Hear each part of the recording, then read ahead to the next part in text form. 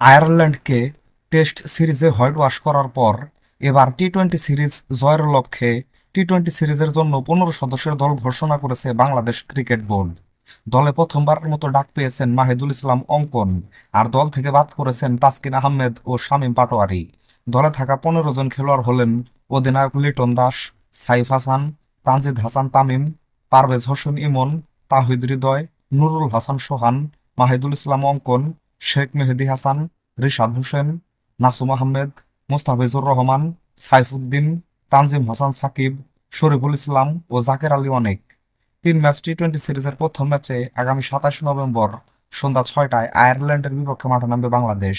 এরপর সিরিজের দ্বিতীয় ম্যাচে আগামী 29 নভেম্বর সন্ধ্যা 6টায় আয়ারল্যান্ডের বিপক্ষে মাঠে নামবে বাংলাদেশ, এবং সবশেষে সিরিজের তৃতীয় ম্যাচে আগামী 2 ডিসেম্বর বাংলাদেশ সময় সন্ধ্যা 6টায় আয়ারল্যান্ডের বিপক্ষে মাঠে নামবে বাংলাদেশ।